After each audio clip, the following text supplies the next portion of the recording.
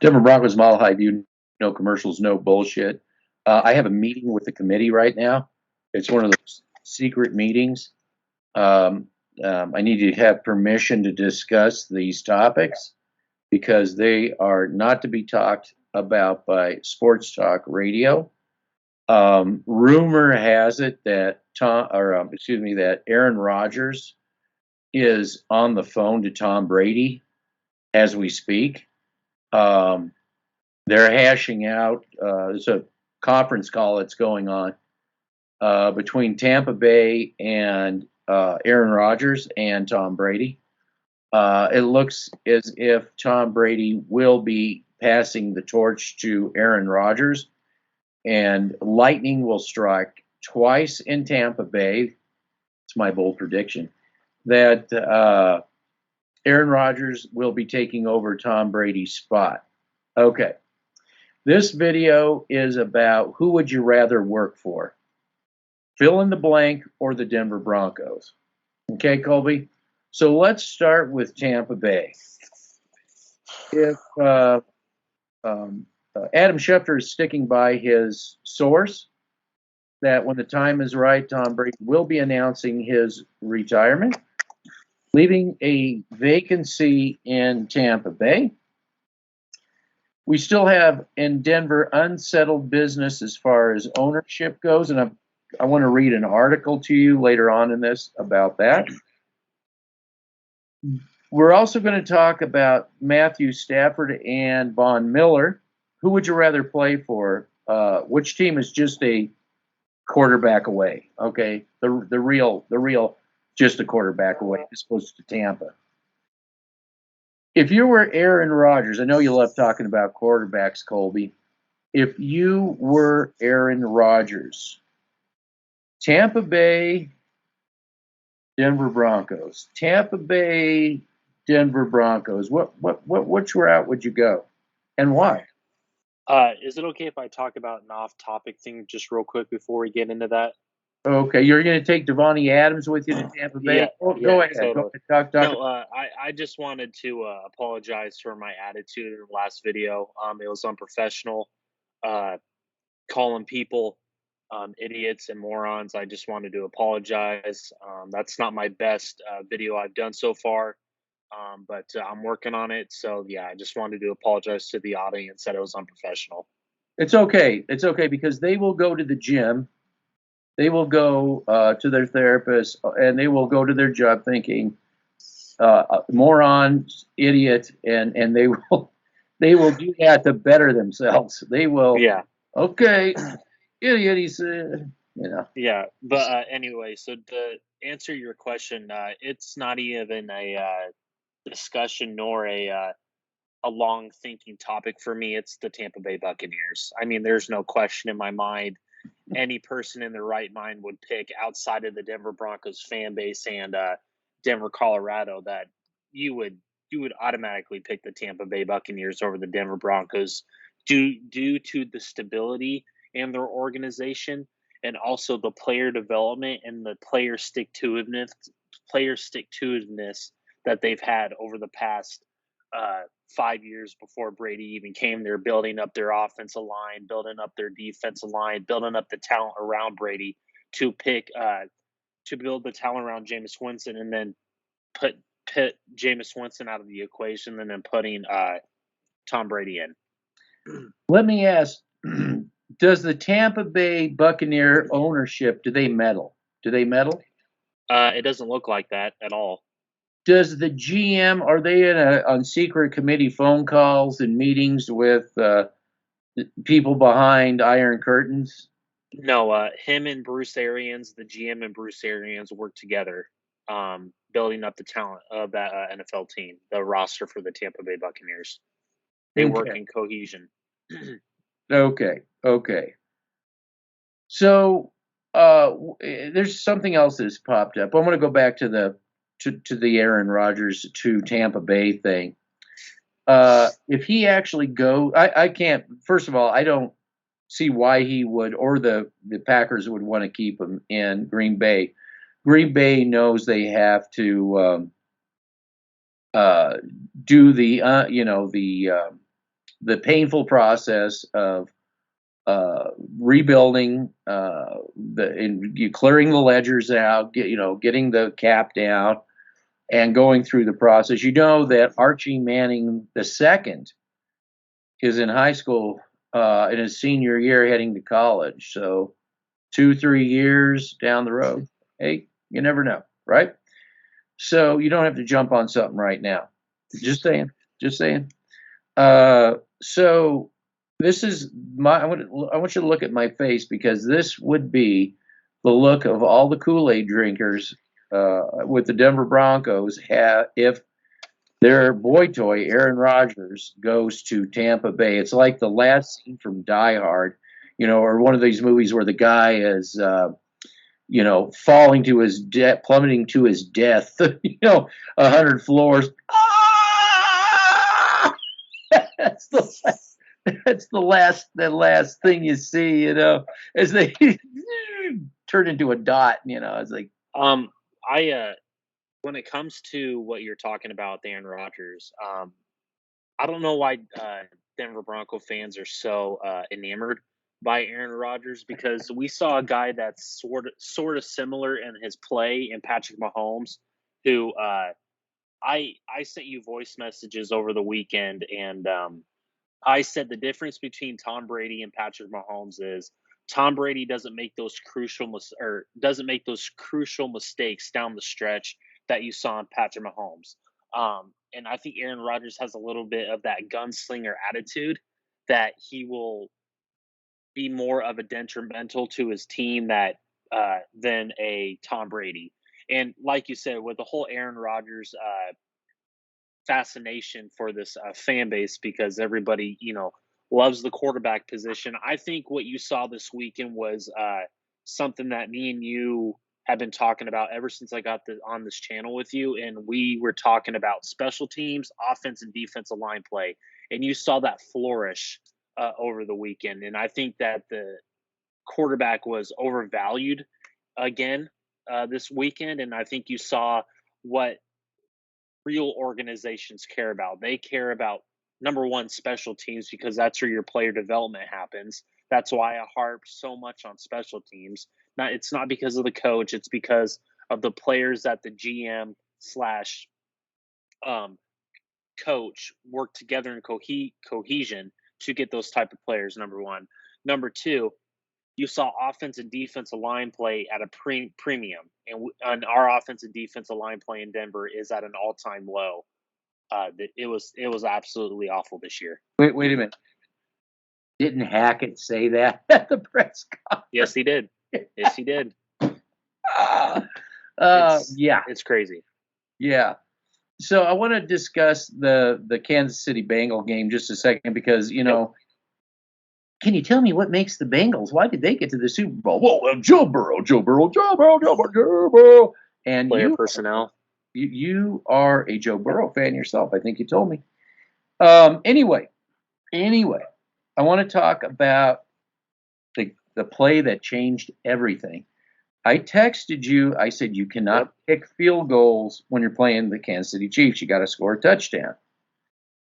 So Kansas City's marching down to basically win the game on a touchdown, and Mahomes throws a decent ball. The ball was thrown good, but this is what I want to make a point about. It was what really put the Bengals in the Super Bowl was a defensive play. It was the play where Mahomes threw the ball, and again, I apologize that I didn't research this. It was a safety corner working together, and I texted you, we don't get this with Justin Simmons. You'll never see this. It was Von Bell who currently he got picked up. I think it was this past off season or 2 off seasons ago from the New Orleans Saints. And his position is strong safety. Strong safety. So a safety helping over the top batted the ball towards his corner, his teammate, and what have I been preaching about and showing film ad nauseum? What we weren't getting defensively. Give Vic Fangio credit because nobody could hold. Give him credit for this because nobody could hold Mahomes in that offense like Fangio with his ragtag group that he had with the Yes. Broncos. Hmm. Give him credit, but it was a special teams play. Two guys working together the way it's supposed to be, working together, batting the ball, which you don't see with Justin Simmons. I know they'll want to blame Fangio for that, but we know you can't touch him, and we know they try to hide him, and we know he's just not all that. And this is the kind of guy I would like to get. The guy that really, like we were saying, where is this guy? How come we're not talking about him like we talked about Atwater, like we talked about Well, others, Dennis Smith and other safeties that we had? How come we don't? Yeah. Well, you brought up a great point, and I think that point needs to be stated more because I think the the overvalue of Justin Simmons has become an all-time high.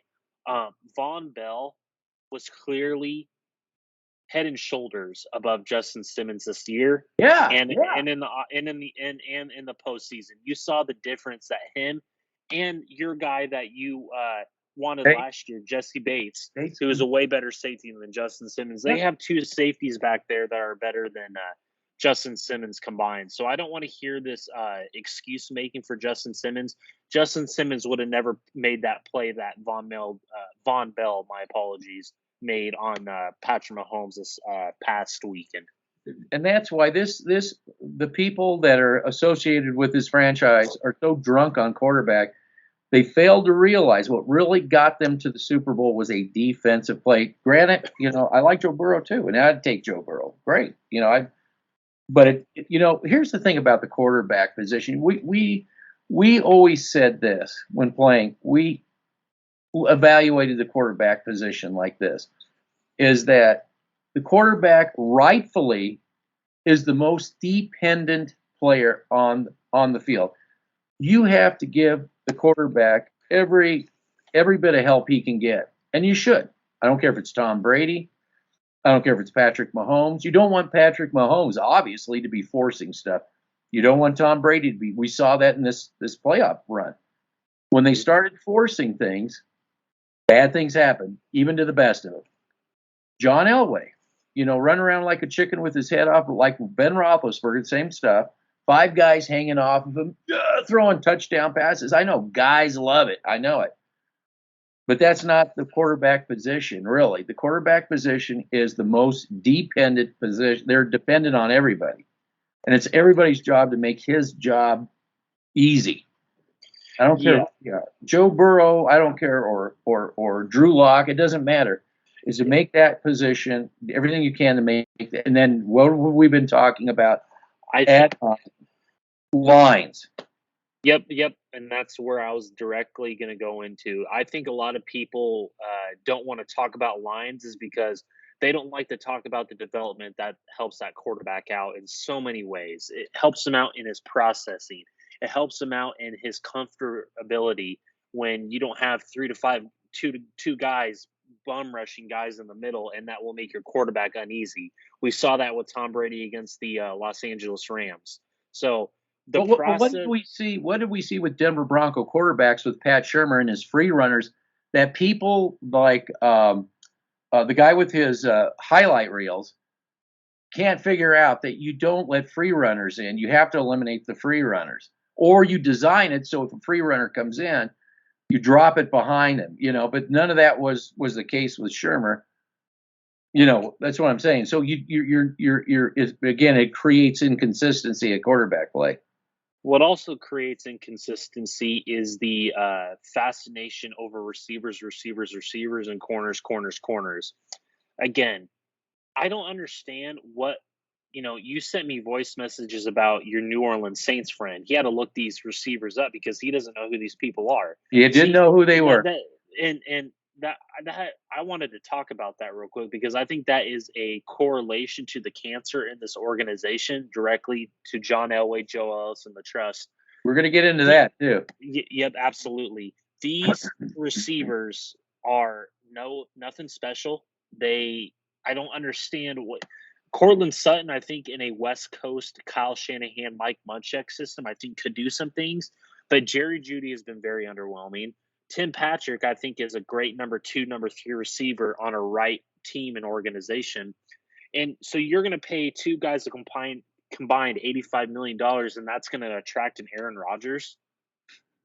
Like, that makes no sense. Maybe on Madden 22, yes, on Madden 22, that might attract an Aaron Rodgers. But in real life football, quarterbacks, especially the smart ones, look at the whole process, look at the whole foundation of your football team. And quite frankly, we don't even have a foundation nor a culture in this organization right now. No, we don't. Aaron Rodgers, in his playoff loss, couldn't throw the ball to anybody else. He was targeting Davante Adams. His critics came out and said, we're sick of making excuses for you. You know, you couldn't just, you know, did you see Josh Allen? Even Mahomes? Did you see these guys during that game? They distributed the ball around. Not Aaron Rodgers. He just kept trying to, he doesn't have anybody else. He has plenty of other people to throw the ball to, okay? So if, you know, we'll get into the ownership, but it's about where do you want to go? Do you want to go to a place where your offensive line is going to get you killed? Here in Denver, we're not, okay, well, if Aaron Rodgers comes here, he can be the offensive. That's really who the offensive coordinator would be, right?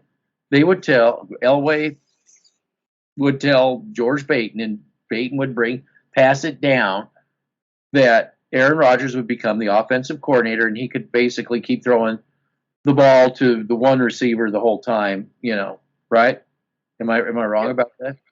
No, you're not wrong at all. But if I'm Aaron Rodgers too, I'm thinking I don't have time to screw around with Denver and all their crap. I know Tampa Bay is pretty solid. I know that they, you know, and I can bring Davante Adams with me into that because they paid those stupid receivers all that money. I can't imagine them paying Davante Adams the money he's going to want. But Tampa may be able to do that. They may be able to bring him in. That may be a sweeter deal for them. And now we're on the subject of who would you rather go, Denver or this other team? Let's take a walk back through memory lane and tell the truth here about Matthew Stafford. Watching these playoff games, does any Bronco fan that's legitimate, that can look himself in the mirror, be real, turn off the KOAs, the online platforms, the bullshit on 104.3, turn that bullshit off, look at yourself in the mirror and say, I'm Matthew Stafford. Do I go to the Broncos? Do I go to the Rams? I don't know. Just please help me. Oh, I think I'm going to go to the Rams. I think the Rams are a quarterback away, not the Denver Broncos. And that's what we saw. Stafford did not want to come here. He wanted nothing to do with this. And you just had the same old excuse making. Don't look at reality. You know, that we are not a quarterback way. We're a broke dick organization right now. Don't look at that. Von Miller, I'm so happy that he's in a Super Bowl. And for all the shit he took from people like in the sports talk radio, Oakley Dokley Stokely and Zach Lai, saying, you know, he's a bum, get rid of him. He's playing lights out right now. He's playing lights out because he's got the help around him like he had and that's not a bad thing. It's like a quarterback. They all need help. And that we're not stacked. I'm just trying to tell you the Rams are stacked. The Broncos aren't. If you think Draymond Jones is the answer and Shelby Harris, you need to wake up, drink some coffee, and get out of whatever clown world you live in. When Hackett was asked, is this team just a quarterback away? He was definitely not in that camp, not even remotely in that camp. He's like, well, I really gotta look at what I got here. He was not willing to admit that. So we don't hate the Broncos, but we believe that if we don't get real, we're just going to be a clown organization like Detroit and the rest of these if we don't get our heads out of our asses. And I don't think there's a lot of fans really realize what's going on with the Denver Broncos. What do you have to say about that spiel? What I have to say about that spiel is you're perfectly right on your analysis. I have nothing to say about that because when you talk about the Los Angeles Rams, for example, Von Miller has looked like the old Von Miller near the end of that 2015 season because he has a guy named Aaron Donald next to him that completely wrecks a game in the middle of the field. Okay, we saw against the San Francisco 49ers, for example, the collapsed pocket that was integrated right in the middle of that offensive line. And when it comes to Matthew Stafford, I said from day one that this man never wanted to come here. He's a shoe-in. He's a shoe-in. Of course they would say that because that's all they can talk about is quarterbacks. I mean, it's just mind-numbing to hear that. But anyway, we weren't just trading Drew Lock away from getting Matthew Stafford. That is the biggest lie I've ever heard. You could see how much they cared about Drew. Yes. Yes, and to go off of your Nathaniel Hackett point, I think he's a dead man walking, just like George Payton. I think they're both dead man walking. Yeah, now that brings us to ownership. I came across this, and this article has BS. It stinks so bad. It's so obvious, and it really shows how broke this organization is. And I really hope that even though the fellow we were talking about isn't going to be interested in buying the Broncos, hopefully somebody will come out of the woodwork and swoop this away from John Elway, because I want to read this to you. And if this isn't bullshit, I don't know what is. John Elway not looking to be the face of the Broncos if successful in group ownership bid. Okay. Let's take a look at what we've seen so far. We've seen a whole season of he doesn't exist. This whole meme, he doesn't. Why do you think that they prepped everybody for this doesn't exist nonsense? I mean, why would he be hanging around if he's not doing anything? Number one. But what have we seen? We see Peyton come out and say John Elway, this was his pick, certain. Okay, we didn't say that. Peyton said that. That's what he said at a press conference. And Sports Talk Radio, they're all, because this is what's not supposed to be talked about. This isn't a conspiracy theory. This is what's actually happening. What is the tinfoil hat conspiracy theory is thinking John Elway is not going to meddle. That's a tinfoil hat conspiracy theory. John Elway, listen to this article by Keith Cummings, okay? John Elway, he's not looking to be the face of the Bronco if successful in group ownership. So, number one, he is going to be an owner. And my theory on this is where Brittany, puts on the face, hi, I'm the owner. John Elway, you do those football things, okay? I'm the owner. We'll talk about all kinds of, when you need to trot out an empty suit as the owner, that she'll fill that role, okay? But I want to read this to you. As the process of cleaning house was kick-started by Denver Broncos GM George Payton. Timeout, stop. What house besides coaching are we cleaning out? Are we cleaning the front office? I'm just asking you, Colby, are we in the process of cleaning house with the front office? No. Okay, and in this so-called cleaning house of the coaches, what did George Payton have to do when their guy they said was a shoe-in, Dan Quinn, said no thank you to their offer? What happened with that? What did Payton have to do? He had a report to the committee. And who do you think was spearheading that committee? John Elway, Joe Ellis, and the trust. Okay. So this isn't a conspiracy theory. This isn't tinfoil hat. What's tinfoil hat? And we're going to keep saying it. Tinfoil hat is John Elway and the trust not doing anything if they end up getting ownership. And I can tell you it's going to be a lot worse. It is going to be a lot worse. I think what can also elevate your argument is when George Payton went into the press conference with Nathaniel Hackett and said, and I quote, "I want to thank John Elway for being a great sounding board for me." Yeah, so he's in there meddling, you know. Of course he is. But wait, weren't we told that this is strictly the George Payton show? Strictly. Yes. And we're not the only ones who have a concern. We had Dan Jacobs, like all three of us are about the only ones who dare say anything. And he said, what's with this when we're told that this is a George Payton show?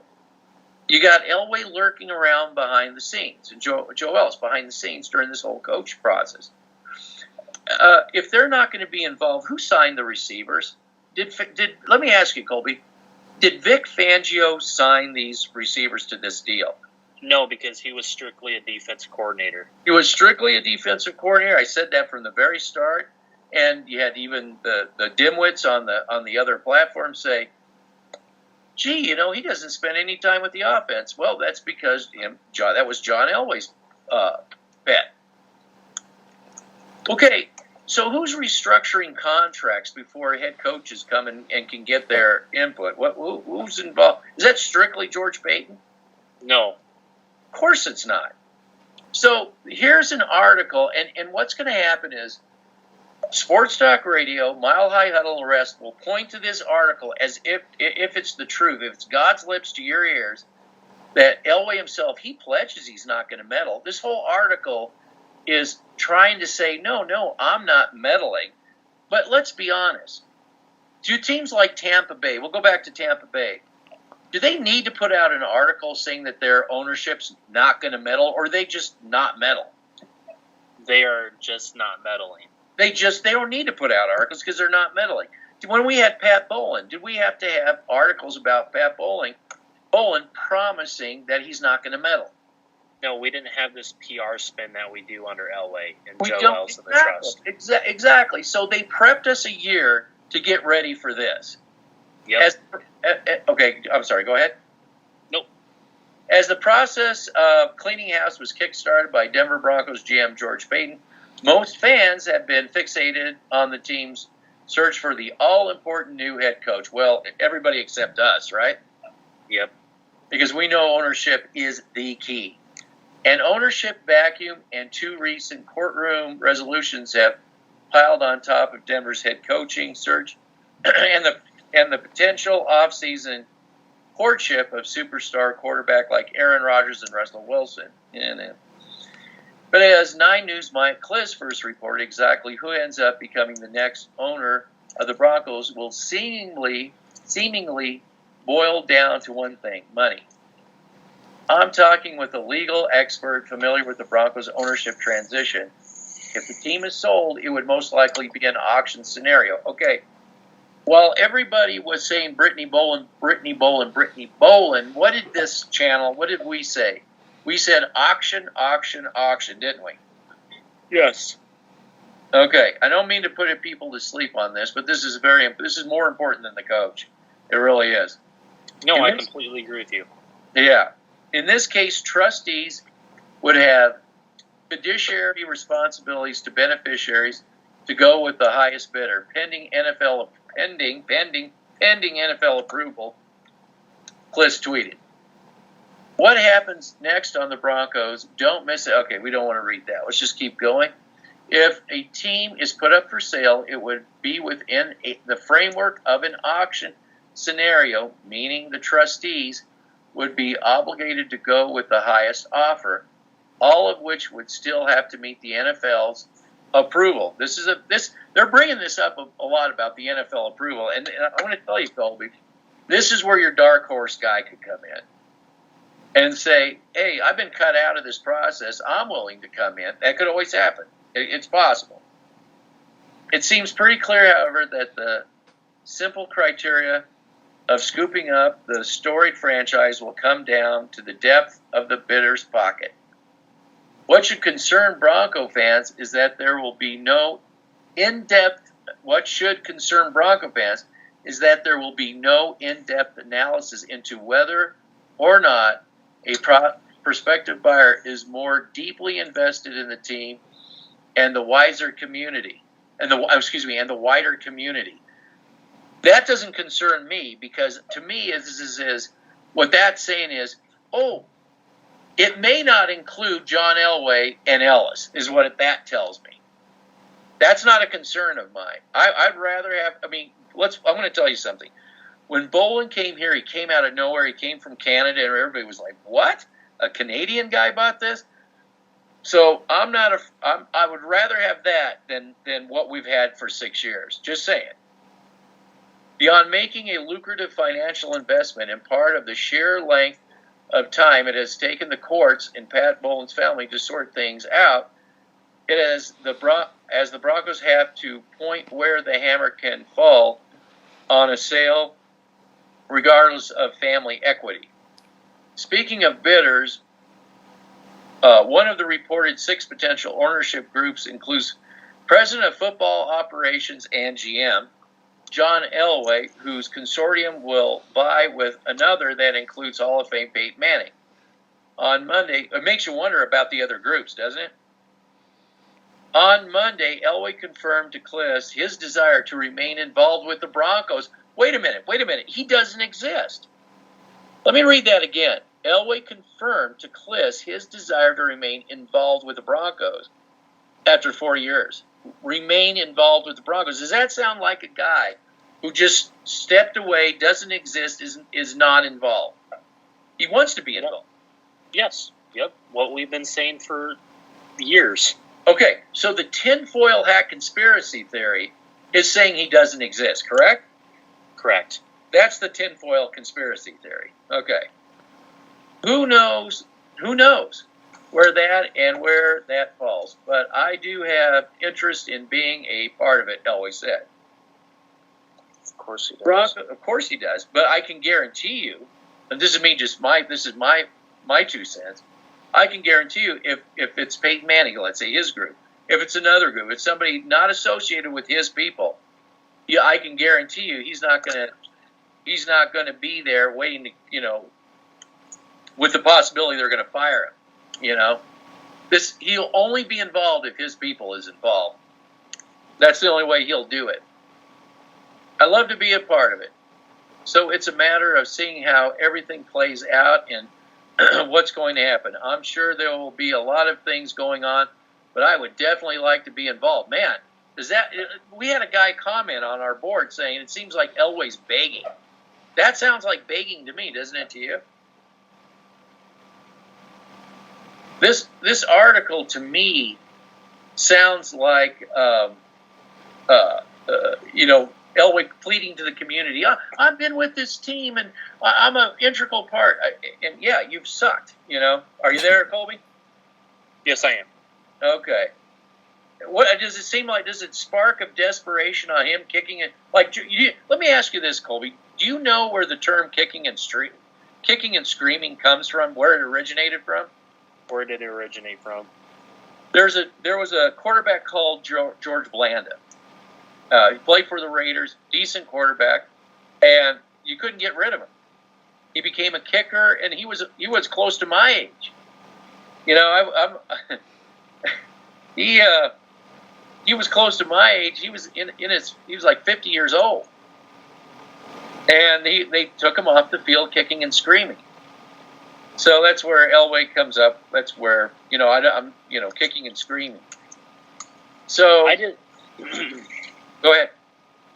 I just don't understand the people out there that say that John Elway doesn't exist, yet all signs point to him clearly existing in that organization. Yeah, you still see that? Well, I'll explain it to you. That's a talking point, because if what they're trying to do is if Elway is somehow, like a cockroach, or eating away at the wood, tearing down the foundation, working away, he ain't gonna, he's gonna be meddling. So they don't want. What happened when I put out the Josh Allen? Hey, Elway, ever heard of him? And everybody was finally pointing. All the fingers were pointing to John Elway being a meddling, being the meddler and just sucking in general. I even put a video out that everything Elway touches, he sucks. And the more I did that, the more he like went away, the more he hid, the more he put onion layers in front of himself. But it wasn't just me. I mean, it was apparent that he just was, everything he touched turned to shit.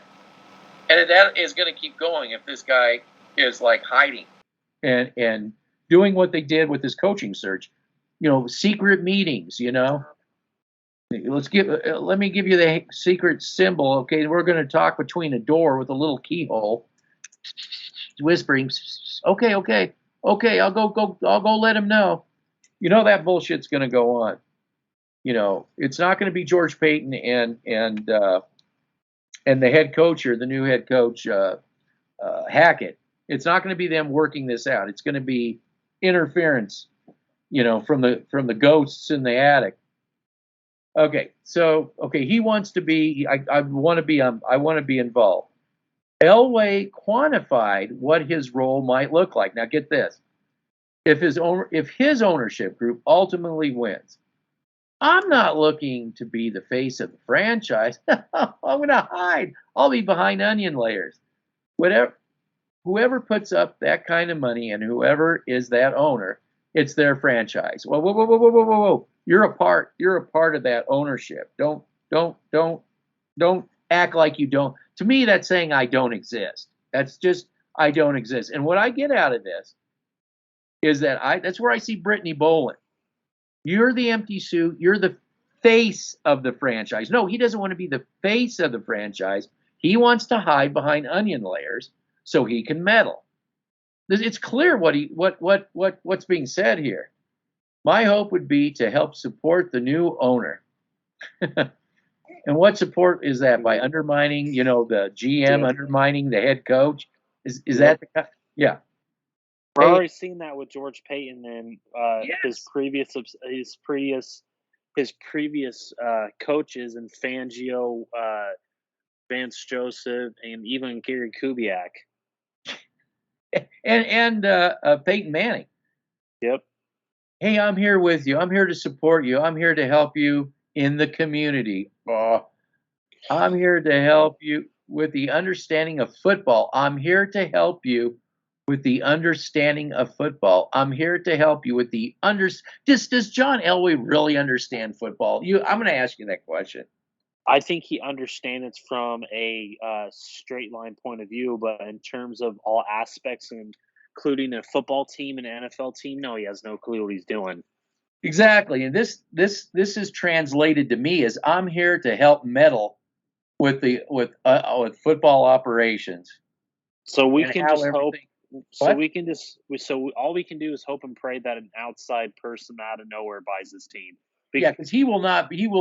They're not going to let him do this and be around and be in. Because of course, this article is if his team wins. It's note that he's not saying.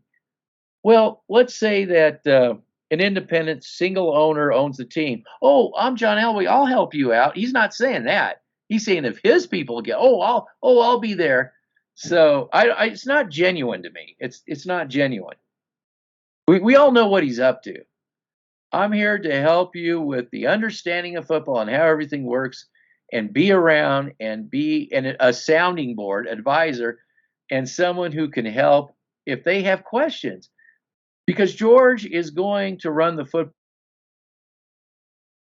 Of course, we get that off just at the right time, right at the crescendo of it all. Yep. But I'm going to try to marry the two together, although the audio, it never works when I put it through Final Cut. But I just want to finish this up because it's such an important point. I want your take on this. And again, I said this has to do with John Elway and his people. This isn't about, some owner out and, some other ownership coming in. This is about his people getting ownership, people he's associated with. So the whole thing's so disingenuous. It says, I'm here to help you understanding football. We talked about that, right? Mm-hmm. How everything works and be around and be an advisor and someone who can help if they have questions, because George is going to run the football, but he's not going to have a lot of time. So, Colby, Did George Payton, we said he's possibly a yes man. We entertained that he could be just a yes man. Did George Payton sign up to have his hand held by John Elway? Yes, absolutely. That's what it There's no sounds like. question in my mind. Yeah, so we don't really have a real GM that can think for himself. No, he needs John Elway to be there. That's scary. That really is scary. But that's what we've seen during this whole process, right? Secret committees going behind the scenes. It's creepy. So if I can be that guy that helps the new owner understand Denver, well, wait, this is him coming in with people he already knows. So I don't believe that this has anything to do with any. It's a disingenuous in this fact that this is about his people coming in. It's not about an owner coming in from another direction. In a you know in a paid position, which is what he's talking about. He's not going to do that if anybody else comes in. It's just his people. So it's just to me, it's creepy. I don't know. It's very undermining and creepy. Does it? Am I wrong with that? No, it's absolutely confirms everything me and you have said. It is absolutely out of this world. The type of creepiness. Number one, number two. I don't want to hear that Elway number one doesn't exist because this article basically proves, like you said, he's putting onion layers, and I absolutely truly believe after, you sending me this article and I read it, and I wanted to save the best for last because that's what we do on this channel. Uh, George Payton is a complete yes man, and he is John Elway's little puppet.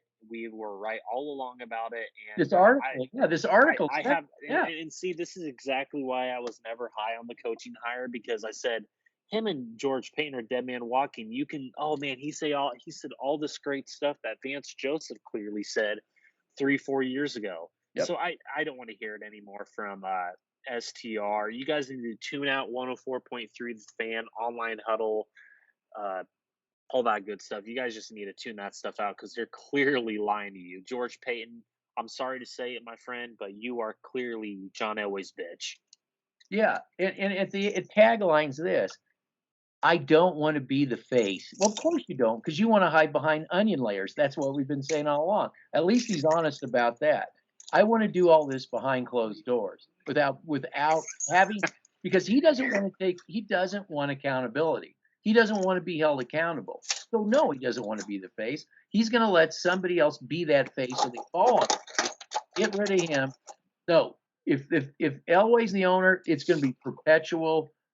Bringing in yes man, just like Al Davis. When we said Vance Joseph, we didn't say that Hackett is exactly in any way like Vance Joseph. We said that the boilerplate for the type of coach they want is the Vance Joseph. I'm a leader. Leader of men. Yeah, Yep.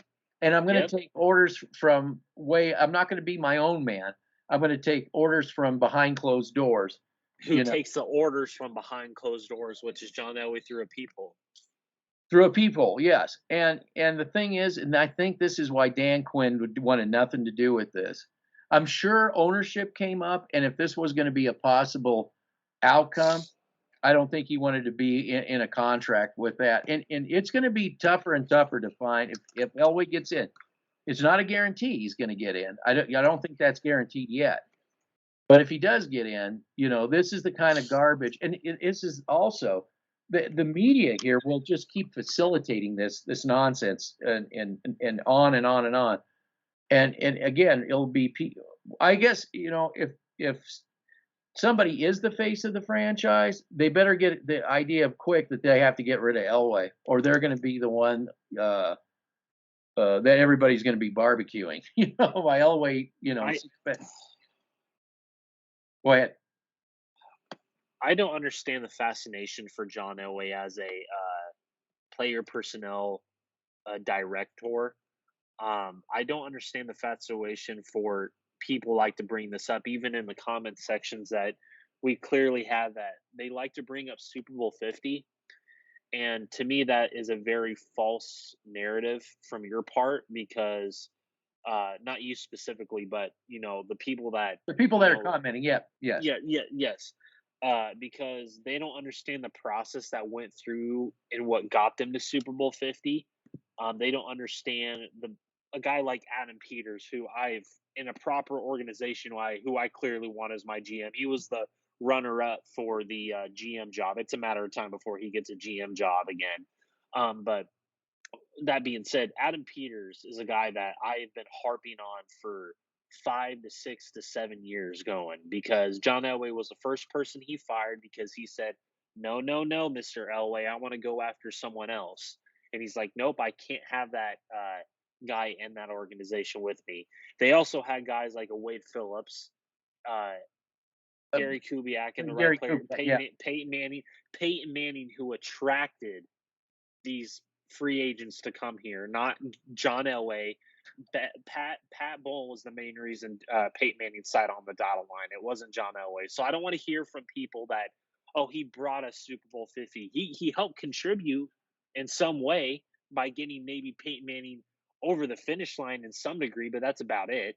Well, he brought Peyton Manning to Pat Bowlen, and Pat Bowlen brought him over the finish line. Is what according Absolutely. to Manning. Absolutely. He Yep. said. So okay, I'm gonna have to cut it short because I got to marry the two together as one video. So it just was an incredible. That was an incredible article. I'm going to have it posted. I'm going to keep it because I know that Mile High Huddle will point to it as, or I'm just not saying, but 104. See, he's not interfering. He doesn't exist. See. We're saying this proves he's saying himself he exists. So we're going to be on the opposite side saying he's telling you he's going to be meddling. He's telling you he's going to meddle. And he's going to be an owner. Well, I don't. But he's not going to be the face. So he's going to be a faceless meddler.